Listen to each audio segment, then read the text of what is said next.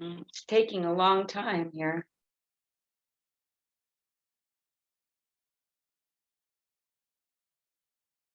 It's acting weird. Here we go. There you go. Yeah. I have to see it on my end first, so Yeah. hold on. Sure. It's taking a long time here. Yeah. I have to see it on my end. Dave, do you have two computers on? See it on my No. Oh, maybe I do. I don't think so. computers on? I don't think so. Hold on. No. Oh, maybe I do. I don't think so. I don't think so. Hold on. No.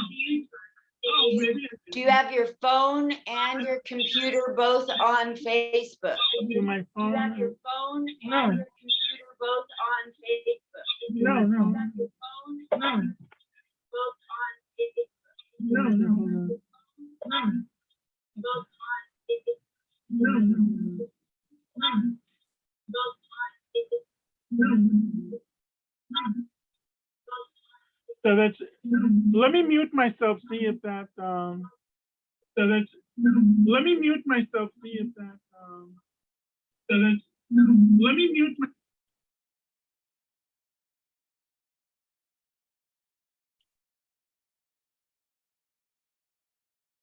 Hello? Hi, Hello? that's perfect Hello? audio. I, no, Hello? that's perfect Hello? audio. There's an echo. That's perfect audio. There's Okay. an echo. Okay, why don't I exit and then come back in? Okay. That sounds great. Why don't I exit and then. Make sure that you only have one computer on or one computer or one phone, not two devices. Right, no, I know. Can you hear me? I can hear you now. And is there any echo anymore? I think I know what happened. No, there's no echo. Okay, I know what I did wrong. Okay, I'm sorry. Super, awesome. Well, guys, we made it through that. Sorry. That's Okay. okay. Now I'm going to do the intro to the show. Just hold on, Dave. I'll get right back to you in a second. Sure. Facebook people, thank you so much for coming on and watching.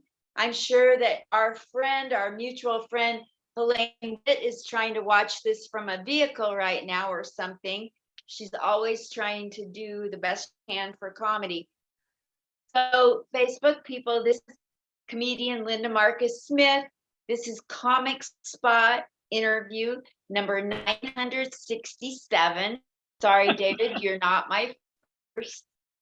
And we're doing interviews so you people at home who don't always put your pants on, allegedly, can watch and get to know comedians before you shell out money to find out you even like the comedian. Now you can come on here and find out you don't like David Matarasso before you go to see him. I'm kidding. But when you go to a show, a lot of times they throw people up there that you don't know. And you come away going, it wasn't my cup of tea. I didn't like the topics. I didn't think he was funny. I didn't even like the guy. I didn't get to know who he was. I felt like he was just acting like somebody. So this is your opportunity to get to know comedians. That way you'll be motivated and you'll know a little bit about them. And if you like them, you'll want to go on social media and share something or follow them or sign up to go to their shows and pay money out of your pocket to have them make you laugh. That's what it's all about. It's not about me, it's about my guests. But I have to make my sponsor happy. So 1 second for that. So I'm a military veteran. I was in the Army, and now I'm part of the veteransofcomedy.com. That's a website. Frog in my throat. Too many years in Oregon. So you go to this website and you say to yourself, let's see, I wonder if somebody that used to serve our country who's now serving up jokes would be a good idea. and you scroll through all those men, testosterone, it's me. You hire me. You skip past the men. I'm kidding. I'm kidding. I got to keep my sponsor. Okay. So anyway, go to the Veterans of Comedy every once in a while, see what's up, because they're doing a lot of good for the world. Veterans. So give it up for them. Now, thank you, Dave. Now, today, interview number 967, we're going to see that. We're going to bust the cherry of Dave Matarasso. We're going to have him spill his guts, tell you his life, his passion, everything he's up to in the comedy world. I've met him in real life. He's a friend of mine. I've got to know him through Helene Witt. And you're going to love this guy. We're going to ask him a few key questions. Nothing he doesn't already know. I don't go off. I'm not trying to get you to say what candy bar you stole in first grade.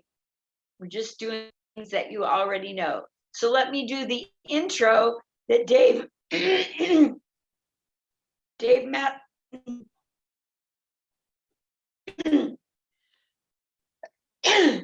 Matarasso sent me. I'm trying to find the interview intro. Okay, here we go. We did too much talking, Dave, and now I'm trying to find the intro. Here we go.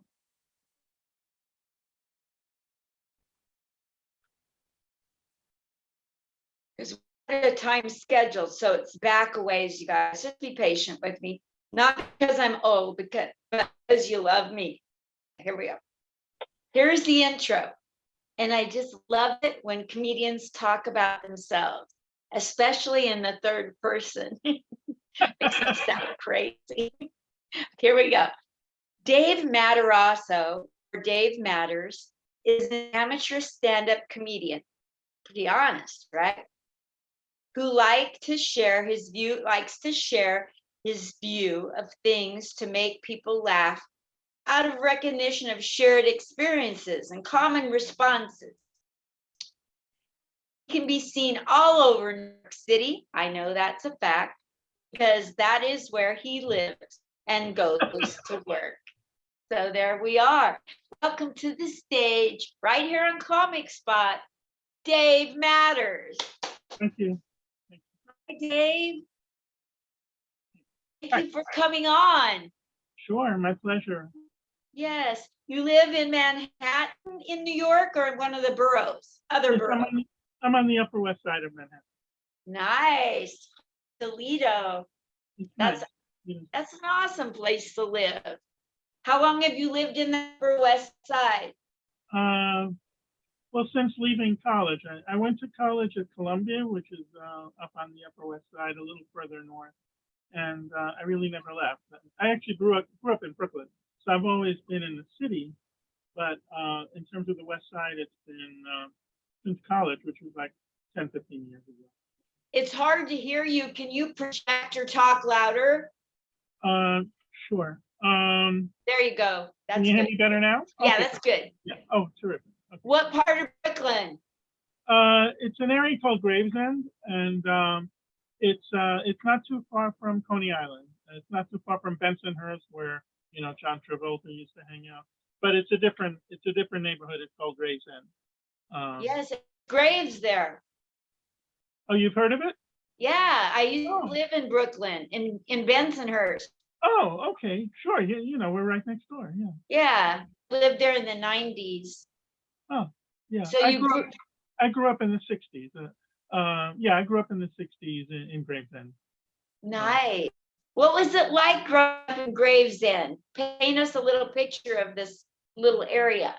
Well, it was, in terms of ethnicity, back then it was like half of the people were Syrian Jews and the other half were Italian.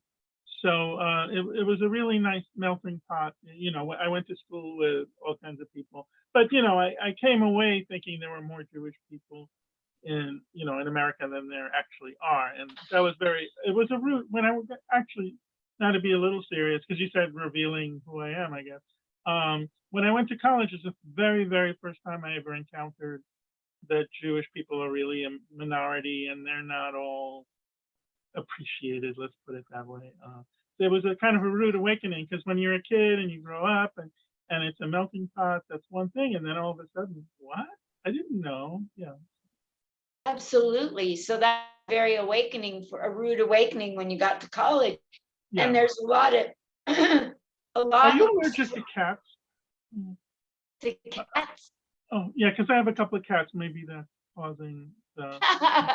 No, that was a joke. I'm sorry. Maybe I'm allergic to interviews. That'd be funny, right? Oh my gosh. So let's go back in time, Dave, to when you were a little boy, because I like to time travel with people. I have no idea. I want to picture you in a classroom. I want to picture you with your family. Explain, if we saw you today the way you were growing up, what would we see? You'd see like a very serious kid in school, and he was very. I won't say driven. I wasn't really driven, but I was very. I'm a rule follower. So I'm in school. I'm supposed to do what I'm supposed to do in school, and so yeah. So I was sort of a loner in that case.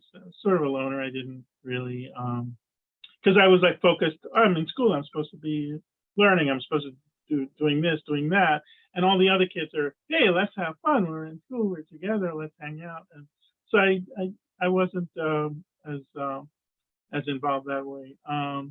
At home, I just have an older sister, and at home, you let your hair down. Well, you used to let your hair down, and you so it was a really nice nuclear family, a mom and a dad, and my older sister and me, and in terms of that, I always like I'm in like I said, I'm 39 now, and my sister is a few years older, but she'll always be my older sister, and so it's sort of like you end up with that dynamic. Uh, anyone who's grown up with siblings, I think they kind of know what I'm talking about.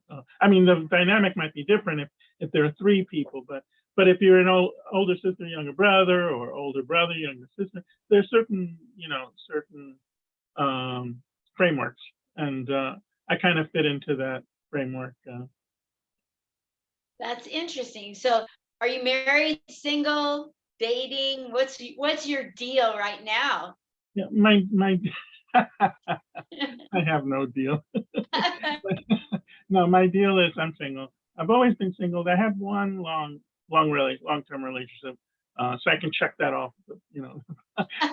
In the mid '90s till the mid 2000s, I was in a committed relationship, and yet we still over about 10 years, and yet we still kept our own household. So I was on the Upper West Side, and died in the wool Upper West Sider. She lived literally across town on the East Side and died in the wool East Sider. So we never cohabitated. But anyway, so that's it. But other than that, before that and after that, I've dated, but that was really the only serious relationship. So after you went through schooling and you got into Columbia, what kind of events, things did you get involved in high school before we get to college? Uh, music was my big thing. I just love music. So I sang in the choir. I was in the school plays. I wasn't terribly talented, so I would always, I was in Guys and Dolls, but my role was one of the guys in the band, in the Salvation Army band. Follow the ball. That was my big. So I wasn't any good at it, but I loved it, and I love singing. And like I told you, when I was growing up, I was raised to be very serious and kind of straight laced. So, you didn't find me in a garage band. You found me in the school chorus, singing Bach and Beethoven and all that. So what did you excel in high school and in college? I was, I wasn't, I've always been kind of a jack of all trades. I was really, really good at everything, but not great. Anything I was good at, there was somebody who was, you know, really great. But I'm happy with that. I mean, I remember a quote. Oh, I'm a huge Beatles fan. I remember a quote from Paul McCartney. He actually. Oh, I don't know if Helene is listening, but I know She she is. is. Okay. So Paul McCartney once said, "Well, look, we're very talented." He's talking about himself and the other Beatles. We're very talented people. You put something in front of us, we'll do something good. So so their art, their writing, um, their photography. So you put something in front of me, I'll do a pretty good job. But I'm not great at anything, including stand-up. I think that you should apply for a job on video and say that during the interview. Apply for a job on video? Just to have an interview, you should go to like Starbucks and they'll say, "Why do you want the job?" And say, "Well, I'm an expert and not being very good at anything." And it looks like I'll fit right in. That's very funny. That's very funny. So in college, what was your major? I bounced around. So the two main majors were I was very interested in political science, but I was more interested in the theory part of it. So the two things I focused on in college were music, which I wasn't really good at, and that you really have to be great at to be successful, even as an undergraduate. And then the other thing was philosophy. So I kind of bounced around, and I ended up getting my degree, my undergrad degree, which is all I have, in philosophy, with I guess you would say with a minor in music. And so then with your degrees, Just a bachelor's from Columbia, okay. in philosophy. So what did that lead you? What kind of work did that lead into? It was the same back then as it is today. You take you major in philosophy, people think, what's he going to do for a living? And it was really the same thing 30. Oh, I'm pretending to be 39. So what? Okay, to be more serious, 50 years ago, it was the same thing. If you're majoring in philosophy, you're not going to get an internship at Bear Stearns or whatever. And but I didn't go to. Unfortunately, I didn't go to college, head set on a career track, or I was just trying to experience it and learn things. And bottom line is, with a degree in that kind of soft degree like philosophy or literature, I just think again it positions you to do very well in lots of different things. You bring the way you think to the job, and that I think that's very important and very helpful, to be able to think outside the box, to be able to look at things in different ways, which is what a liberal arts degree lets you do. So once you finished college, exactly what kind of jobs have you had before you went into comedy? Right, take exactly. Take us through all the jobs you've had. Yeah. So I had no idea what to do, and I didn't have any internships coming out of college. So, I went through the New York Times and looked for listings. So I found an executive assistant position at a firm that publishes law products, because I was just as I was interested in philosophy, it makes sense that I was also interested in the law. So I thought, oh great, I'll work for a company that has a lot to do with legal stuff. And so I was like a marketing assistant and executive assistant there. And then at that time, these people showed up to the office, interviewing us and stuff. And it turned out that they were there to automate the business. And, I just took an interest in what they were doing. I asked a lot of questions. And the bottom line, I realized, hey, it might be really interesting to go into technology, to go into IT. So I went back to Columbia just for a certificate, like a 9-month, or actually it was a 1.5 or 2-year course of studies in IT technology. And that's where I've been. I've never looked back after that. I started as a programmer, then and just I won't say work my way up. I'll say work my way out, to different aspects of technology. And to this day, that's what I've been doing for the last 35 years. I'm a technologist. And right now, the first half of my career, I was working for a huge multinational corporation, Citibank. And then the second half, the next 15, 18 years that I've been in the business, I'm working for a tiny, and that's where I am right now. I'm in the office actually. It's just a very small shop, and I'm their IT guy. I do everything. I'm just there. Here's the IT guy, Dave. So that's what I've been doing. That's what I'm doing now to make a living. So what kind of trauma did you go through in your life that makes you want to be a comedian?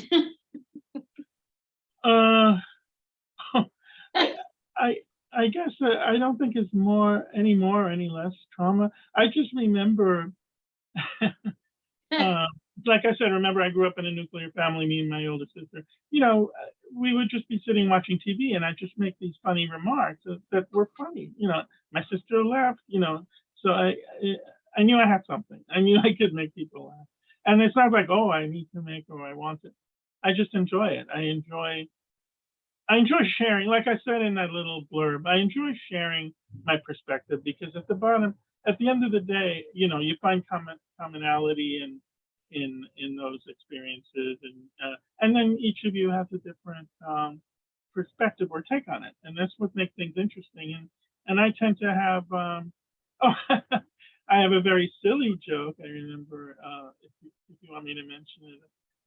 Okay, I like, as I said, I like pop music a lot, but I wouldn't, you wouldn't find me in a rock band because it's undignified. So I was singing in the chorus and in the choir. But anyway, back in the early '70s, Carly Simon was a big, pop singer, and she wrote a song called "Julie Through." It's not a very well known song of hers, but it's called "Julie Through the Glass," and in reality, what it was about was her meeting, and I found that out later, her meeting her niece. Her first niece ever, she's looking through the glass to behind the glass where all the babies are, and she's just looking, and I'm looking forward to sharing, my life with you. This is her singing, to her niece. But it was Julie through the glass. And whereas I had this idea that I was going through my weird psychology period, and I thought, no, she's looking at herself through the glass, which is not at all what the song was about. but I changed it. So the line was looking up at me, and so looking up at me, the baby's looking up at her, whereas I said, no, it's looking out at me, and that lent credence to the fact that she was talking to herself. It was funnier when I said it 30 years ago. Never mind. In other words, it's like a different perspective. It was very obvious that it was a woman looking at her niece through the glass, whereas when I tried to interpret the lyric, I was interpreted very differently. That's what I was getting at. But that was kind of funny at the time. You had to be there. So one day in your life, you decided Mr. IT is going to be Dave Matters, and I'm going to get up on stage and try this. When was that, and how did your very first time in front of a real audience go? Well, it actually started on,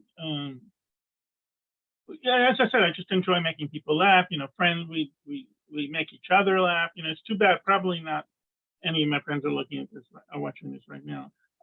But there was a bunch of us, both musicians and artists, in a room, and we were just talking and goofing around.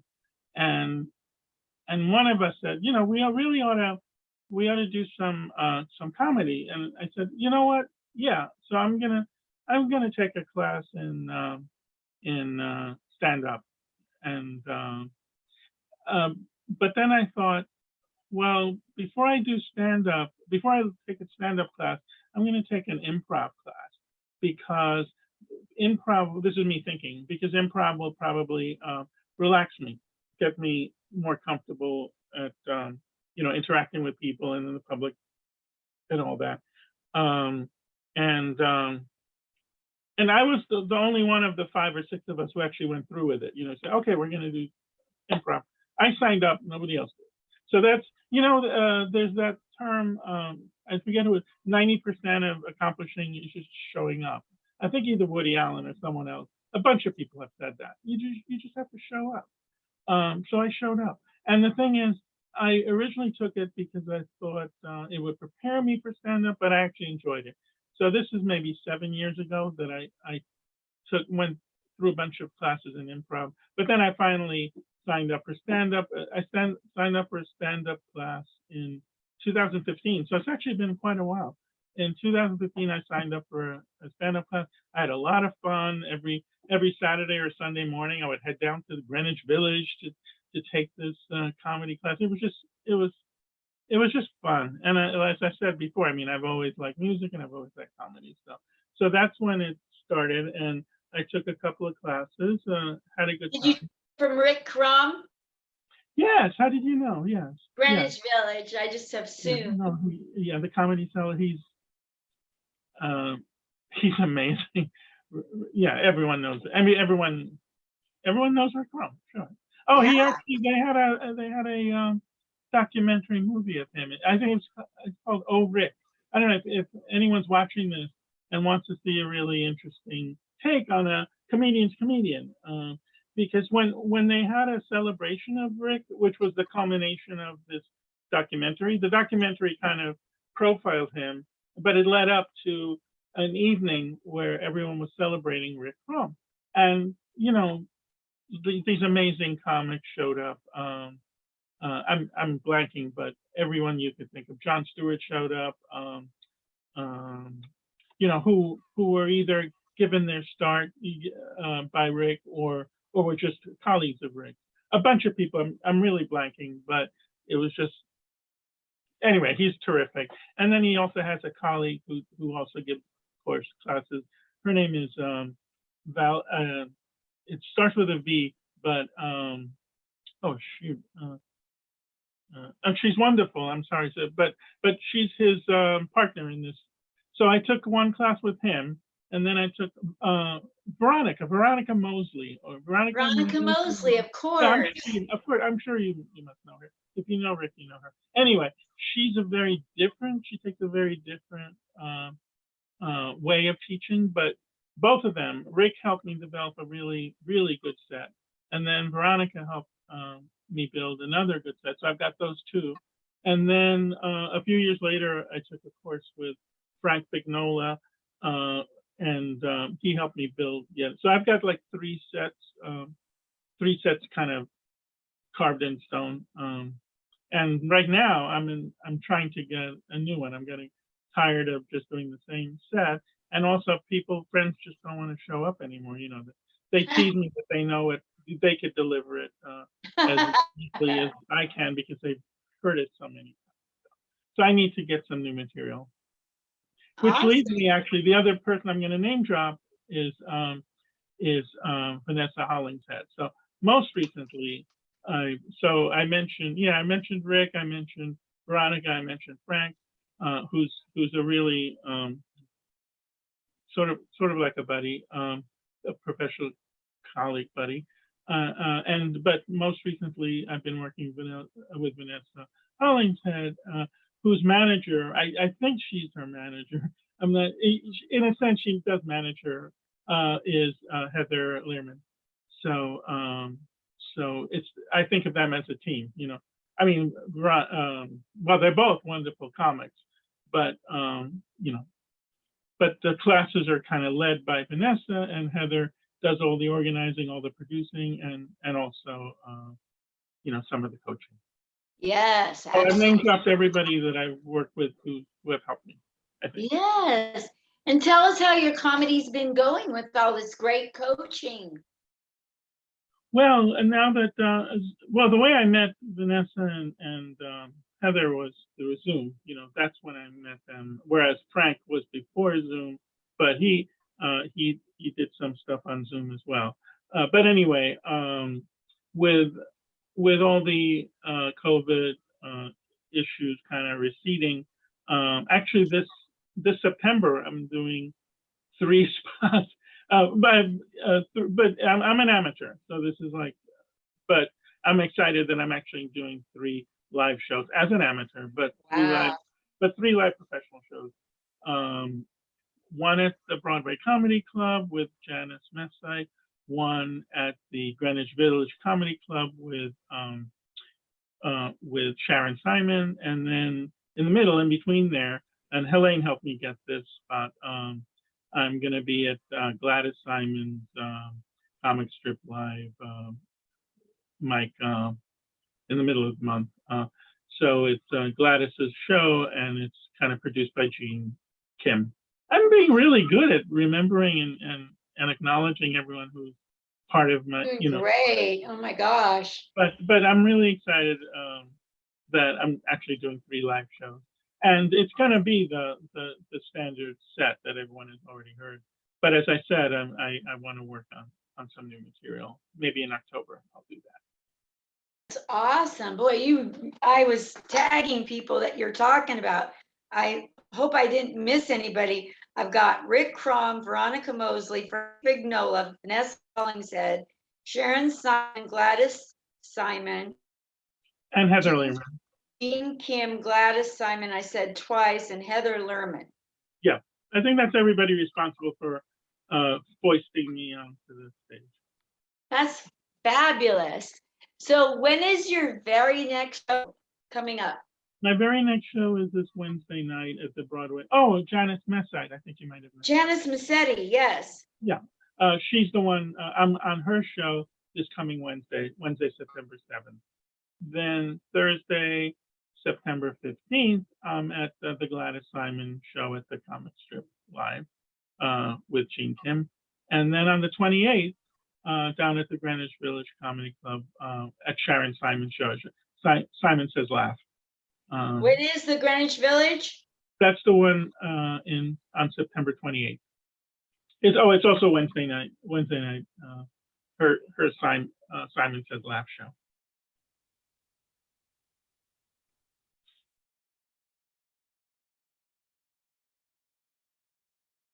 But these people are either going to block me or thank me. I'm really not sure. Oh, they're going to thank you. You're going to be so popular. You'll probably get a ton of dates. And I hope so. Sitting offers Heather Lerman.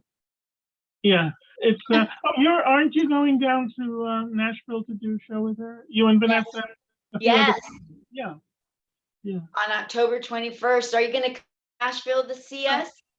I wanted to, but I think it's going to be too much of a burden on because I would like to go down to Nashville to visit Nashville and visit Heather. She recently relocated, and it's just she's got so many people coming down, mostly the comics. So I kind of said, okay, I'll come another time. Yeah. But yes, I'm gonna miss it. But I was hoping it would be televised, but it looks like it may not be. But we'll see. Well, maybe they'll get video that you can be privy to. I would love that. I really would. I really did want to come down and see you all. I'm going to be down there. You will. Carolyn Minson, a few other people. I would love it if you showed up. Surprise me. Think about it. Take it out of the no and into the maybe. Yeah. Anyway, so that's so that's in late October, right? October 21st. It's going to be a blast. I know it's going to be a blast. So. Yeah, it's one of a kind thing. Well, I walked with you 10 blocks in Manhattan one night, so I know that you're one heck of a nice guy. And that night that you were there a couple nights, I think you saw me at a Broadway show, and then upstairs, and you saw me upstairs. Did you go up on stage either night? No, I didn't think so. No, not at all. And I also saw you at the Gladys Simon show, and also Helene dragged me out to Long Island. I never go to Long Island. Thank you so much. For the thing at Governor's, which was a great show. Wasn't that fun? It was a great show. That was a great show. Yeah, I was so busy. So many people were popping in and out. especially at Gladys Simon's place, people in and out, and like Yeah. I remember who went to what. Yeah. Yeah. It was Well, so cool. yeah. Yeah, I think you were here in New York like for 2 weeks or something, right? 2 weeks, thanks to Yeah. Helene. Yeah, yeah, yeah. Yeah. So So when you are you gonna you come made to quite an Vegas? impression. I'm sorry? You When made are a you real coming? impression. What? I was saying you made a really strong impression. You did a great job. But yeah, that's all I Thank you. When are you gonna come to Vegas? was this summer I did a like a what's it called? A bucket list thing where I went to different cities that I'd never been to or wanted to go see again. I went to Santa Fe, New Mexico. I went to Aspen, Colorado, Chicago. Well, everyone goes. Oh, when I went to Chicago, I went to an open mic. That was fun. Can you Wow. imagine doing an open mic in Chicago? That, it's kind of like that is a bucket list thing. Yeah. Oh, Where and did you? I took the train, the same train. You took Amtrak Oh heading in, yeah. didn't you? I had done the same thing like 2 days earlier, No, coming back from that's Santa Fe. right. Yeah, yeah. So Um, how was the open mic in Chicago? it was fun, but the way it was different. If any producers are listening, what it was it was an open mic, but it was tied to an actual show. So what you have to do is you have to show up for the show itself, for the real show. And if you showed up for the real show, then you could put your name on a blackboard to when the show ended and everybody left, you would stay and with a bunch of other comics, amateur comics, and they go down the list on the blackboard. But anyway, my point is, but what was a surprise to me was that, and that's the gimmick. That's what I wanted to get at was each time the open mic, you were being evaluated by the person who ran the real show, and every open mic, one person would be selected to actually do the actual show the following week. I mean, that's a really nice idea, and Yeah. I don't know if anyone does that in New York. I think it's a little different in New York, but I'm not sure I described it exactly right. What it is if you do the open mic and you win, you're the best of the open mic that was tied to the show. The next week, you're on the show. They put you on. So was this at Zany's? No, it was.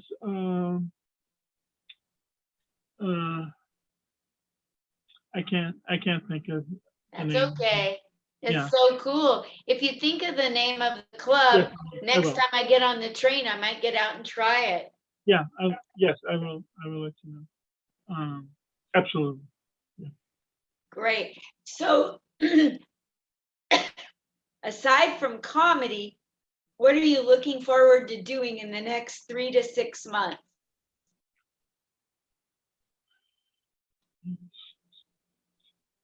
Um,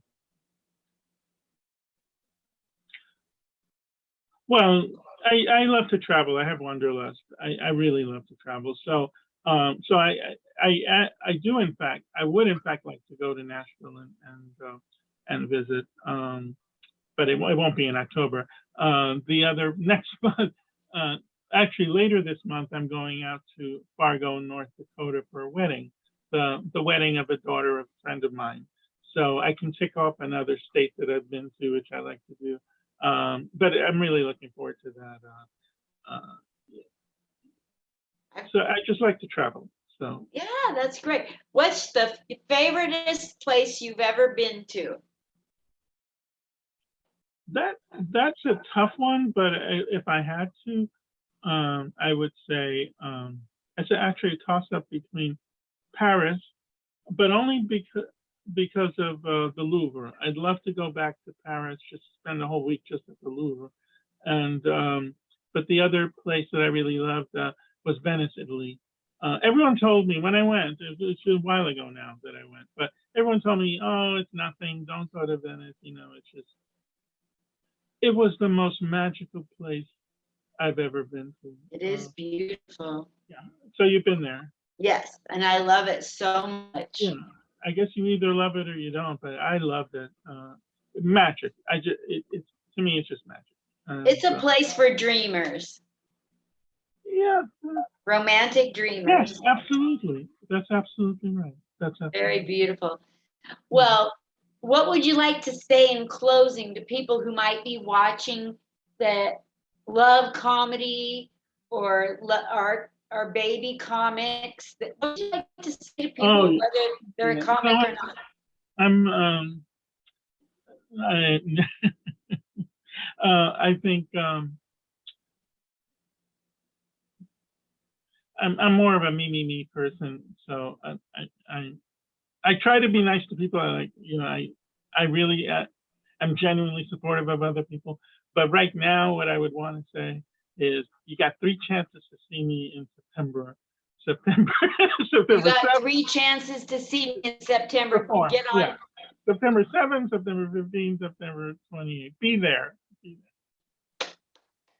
I don't have any words of wisdom yet. It might be in the future, but I don't have any words of wisdom right now for anybody. Well, I like the fact that you're very humble and you've been very fun to interview.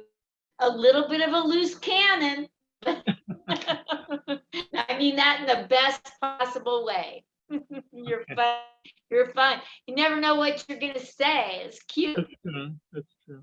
Well, thank you so Yeah. much for Thank you. coming on. Is there anything that I did not ask that you would like to cover? Well, the only interesting thing I could add, and it is interesting, is I'm actually wasn't born in America. I was actually born in Cairo, Egypt. So I came here when I was 5. So therefore, this whole immigrant thing, and I think America is all about immigrants, and so we need to solve the problems that I think are genuine problems, but they're not solved the way right now a lot of people think uh, they should be solved.